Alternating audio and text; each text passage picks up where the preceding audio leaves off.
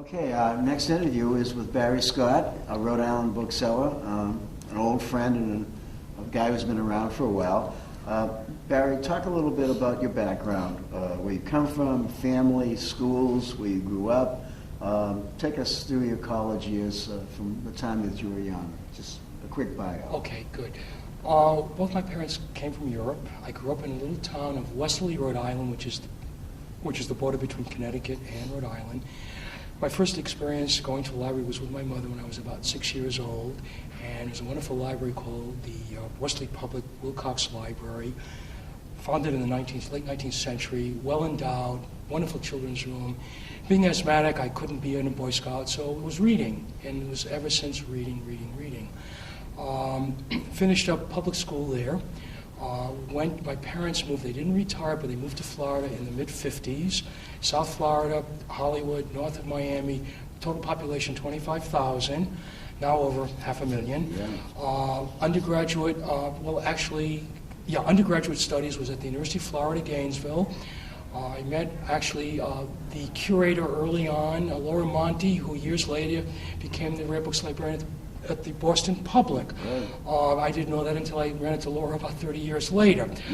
Finished up a degree at Gainesville and went on, made a decision that I want to stay with books, so I went to library school. This is in Lexington, Kentucky, University of Kentucky. So between basketball and Adolph Rupp and library school, I had a wonderful 2 years. I took a little extra time because I wanted to work in the library. Great training with several great bookmen, including Bill Katz, who taught a great course in censorship and the history of printing and censorship. I think I've repeated myself, but I'm trying to squeeze a lot in a few minutes. And from there, I finished my degree.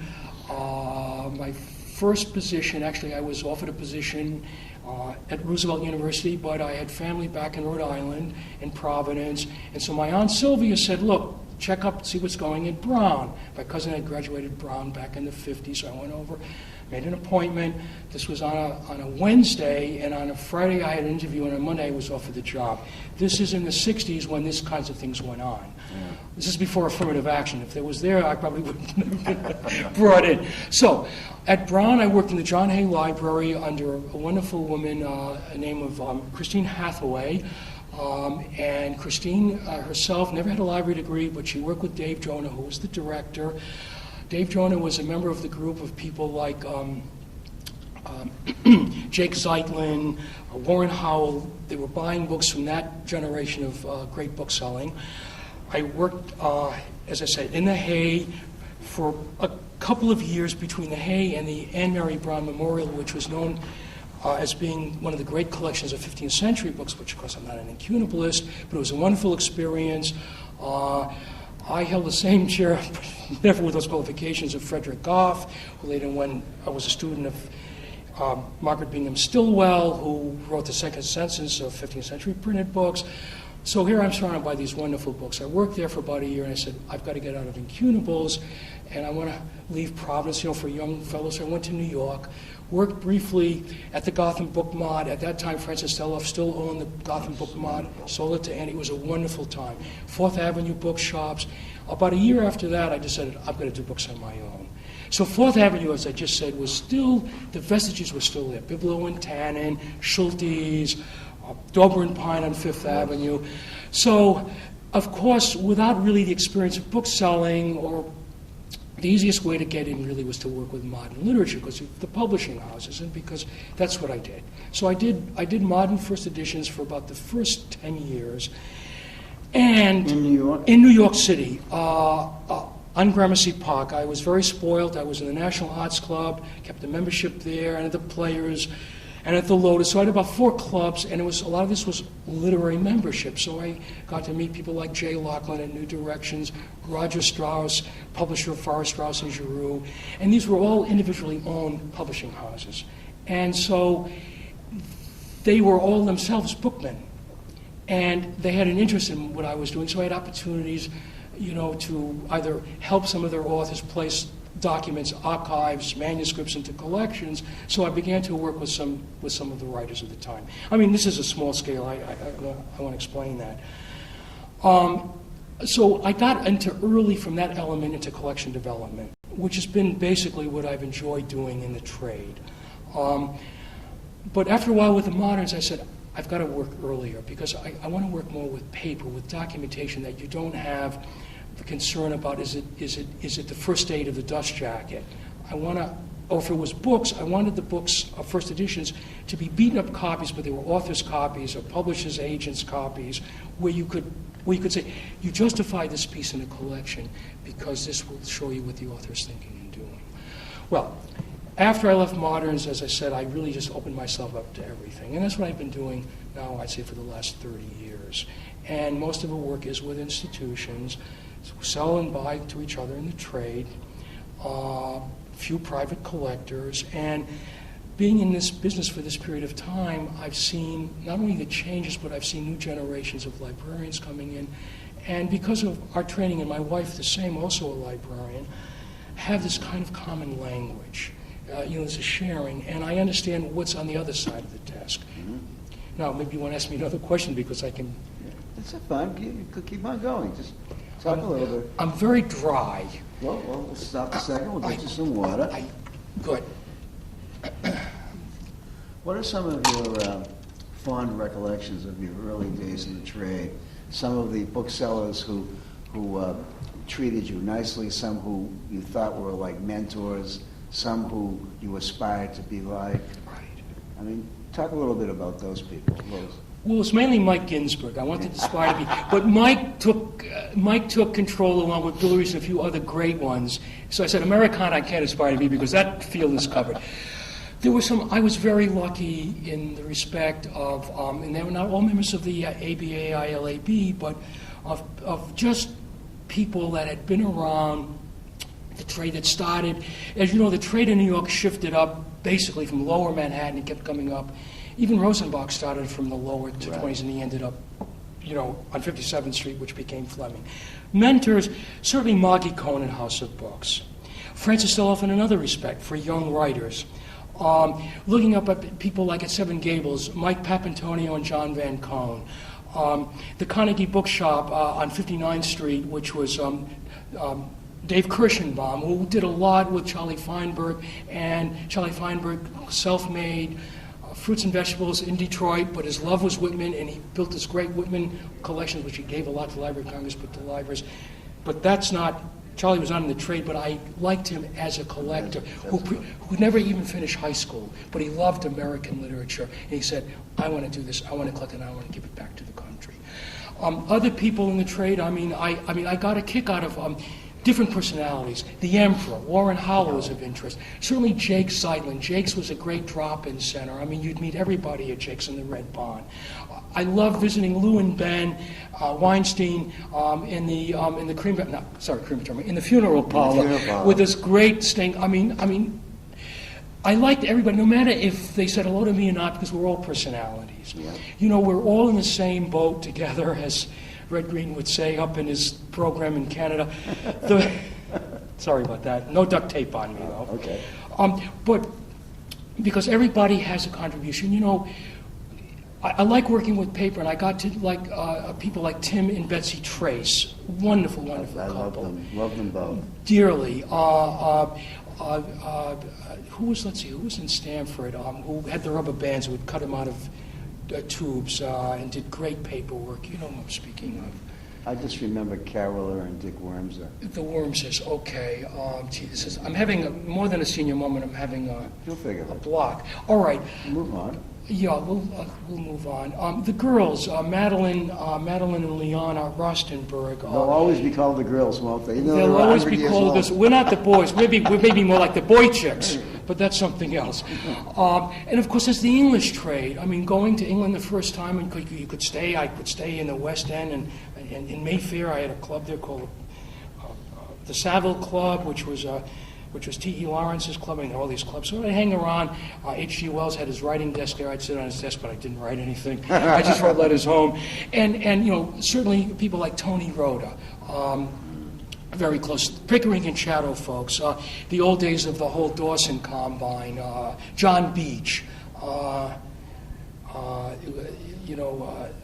was George Sims, back of the National hospital. We're really great bookmen, and a writer. So everybody in the trade has been like a form of a role model, and including, just before I came in to see you, Mike, I just met a very nice young fellow who was a manager of the Strand Bookshop for 5 years. Now he's at MIT. I met him and his girlfriend, and she's working in the Schlesinger Library. Here's a young couple. I mean, I'm getting up there. I may not look it, but I am, folks, with or without medication. And here's the young couple, in their early 30s, and this is the new generation. Yeah. Not necessarily clicks, they're curious. I mean, both have great educations. I mean, they use their electronic tools, but I'm saying this is the hope. And what I like with the libraries is, you see, librarians now, it's different than the old boys club. They're working with faculty, they're bringing students in, the students are using material. They may not become collectors, but they'll remember those courses.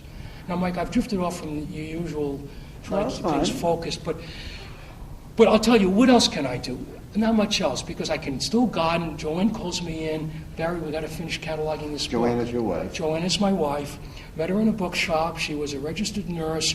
I was coming back from an Australian trip with Ray Smith, R.W. Smith, New Haven, great bookman. Ray and I went track and cross country together in Florida, so I hadn't seen him in 30 years. It's Charles Woods' fault. He brought us together. He said, Barry, I want you to meet a fellow who you like. I think he was insulting me or Ray, but whatever happened. So I've known Ray for a long time, and Joanne left the nursing profession shortly thereafter. She says, this kid needs some help. I could She's right. Exactly. So then Joanne worked with me in the trade. Then she went off and took a library degree in Tuscaloosa. Then she started with me in the trade. We were working in the trade in Amsterdam for a couple of years after we sold our house in Stonington, Connecticut. That's where I was doing books. And then we said, we've got to get out away from the boat people and the harbor and all that. So we went to the Netherlands and worked in the book trade there. Joanne worked with Dieter Skierenberg, that's Antiquarian Jung, the brother, right? And I did my, walking around finding material, which I'm still uncovering material. How long were you in the Netherlands? 2 years. The main thing is I always loved, we were studying Dutch in the morning, back in school, because it's so important. As you know that from your area, Mike, the Dutch-American influence is major. It's major. So I was buying material because I could now know the language. So between Dutch, German, and Yiddish, I was having a ball. No Spanish in you, though. Huh? No hablo español. Okay. Tell me a little bit about the internet and you. When the internet revolution occurred, was this something that you were easily brought into or not? Has your experience been good or has it been bad? How do you feel about it? I'm an old-time Luddite who's become reformed. Yeah. Mike, it's a wonderful tool. There's no question about it. It's a tool that certainly from communicating, it's instant. And of course it's too instant, and then if it's 2 seconds later, you get mad because why isn't it here sooner? Right. It's wonderful for searching. I don't mean to who's got the cheapest price, but I'm saying information, and not just Googling. But when you have the chance, you can't go to a Virginia or you can't go to the Hunt Center at the University of Texas. You could at least see the exhibition online, what's going on. You can read catalogs. You can communicate. There's always the downside. You see, I've never listed a book online. Never. So you're not online. Do you have any kind of a website or a homepage? You'd have to ask Joanne that. I doubt it. Okay. I don't, except through the ABAA, but I do. I'm what they call a lurker. I read. I like to keep up with what's going on in the trade. I'm very diligent about keeping a large obit file. It seems to be growing too much these days. I've lost a lot of very, very different. I want to just take a moment just to say that. I started with John Ballinger. I mean, so many wonderful people. But this is the choice of getting older. But then we see younger people in. Yeah. We see people that have, like we did, leave one area to come into books. Yeah. But okay, back to the internet. No, it is. There's no question. It's a great tool. It's a great tool for information. But it's how you use the information. It's your integrity with the information. It's when I say integrity, I mean is don't. I like to learn, but I don't want to copy what somebody else has said. I want to find out for myself. But that just drives me then to get back to the book. I think it's affected, though, how we've built our reference libraries. And I'm really concerned that a lot of people that are coming to the trade now haven't going through through that weaning process, haven't gone through that maturation of actually using reference material, I mean hard material, paper. Because you don't. And you see, a lot of times and Mike, I'm sure for you too, you'd buy the book before you'd buy the rare book. So, but you couldn't really use the book. You couldn't use the reference tool until you had the book you wanted to look up. Right. But you appreciated what was the scholarship behind those books. Yeah. I don't think we appreciate that anymore. No one does. I know, and I was talking to Terry Halliday with Bill Rees, saying that you'd have these wonderful reference libraries that nobody really cares about. We do, but that may come back, but I'm not sure. Just as an icon, I don't know. I can't answer that. It's a hard thing to call on. I remember as a young man, they used to say, well, build a great reference library, because then when you retire, you'll have all that money from your reference books. But the internet screwed that up. Absolutely. Just destroyed that aspect of our retirement. Absolutely. But I'll let you folks on a trade secret. When we went to Holland, I sold probably about 50 cartons, maybe 60, I don't know, of reference. And I rebuilt it as soon as we got back to the States. That's in 1988, 89. Okay, so it's over 20 years ago. But I have more reference material than I have inventory, probably about 5 to 1. Really? Yeah. I don't know how many bookcases I have. And I like to do this. But what I do now is if I'm not going to use the material, I make sure that it goes into different small special collections that don't have the tools. And I'm talking about some really important material. Because not that I've narrowed my focus, I just want to make sure that the material, I'm not caring about auction or how much it's worth. I just want to make sure that these tools are taken care of, because they're very important. What do you feel are some of the great challenges that this generation of booksellers face for the next 10 or 15 years? Well, it's a very quickly changing market, and I use that not in a negative sense. I think it's not a question of how we survive. I think we're always going to survive. I mean, I don't feel threatened by the Kindle. I don't feel threatened by the tools. I think all the tools have a place. It's how you want to use them, what your choices are. I think our concern is to make sure there's a continuation of a relationship with the curators, with the librarians, with the collectors, and with fellow booksellers, be they members of our organization or not. And I think there was concern at one time in the scriptorium, oh gee, we're going to lose our jobs because now everybody's using movable type. I think there's always going to be groups of us. I just think there is a winnowing out process.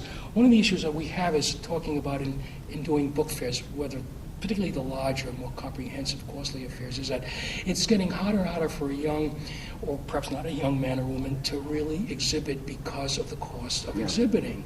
And it does come down to some degree with accounting, because how do you justify? But one of the things I think it's important to have venues as an exchange, just like the old Frankfurt Book Mess, the old Frankfurt Book Fairs. It brings people together. My concern is that book fairs, book venues continue to go on. How we do it and how we're able to continue doing it are always issues that we're going to be faced with more and more. That's only one element. I still think paper catalogs are important. It's great seeing lists online. We've got to continue issuing, and I must admit, I did 15 or 18 catalogs over a 15-year period.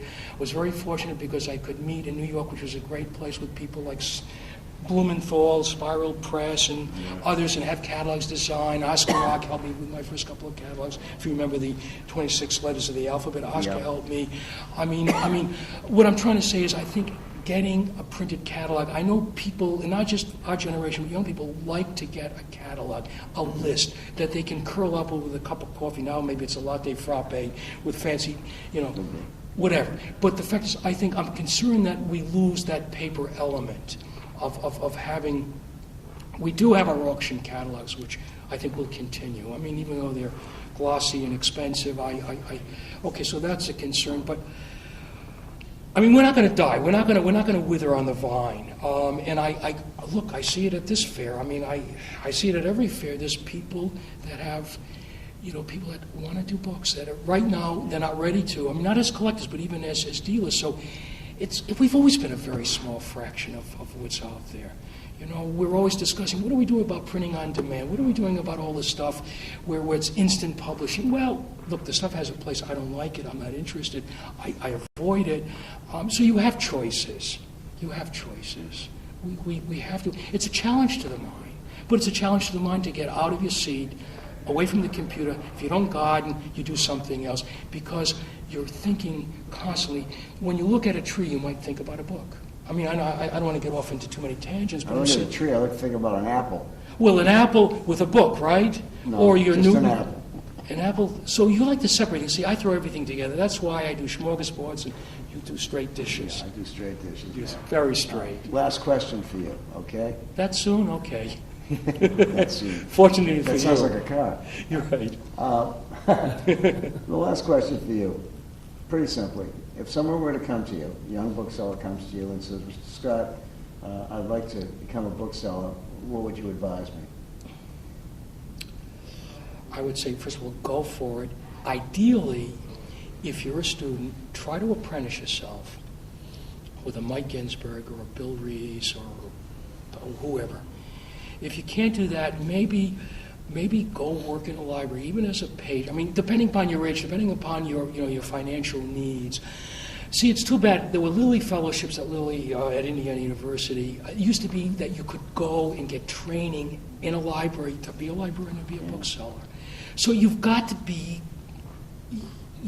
So what I do is when I'm asked this question is just find out as much as I can about the person and try to guide them. If they're telling me they come from such and such a place, go speak to so-and-so. Tell them, you know what I mean? It's sort of like going to work in the Peace Corps.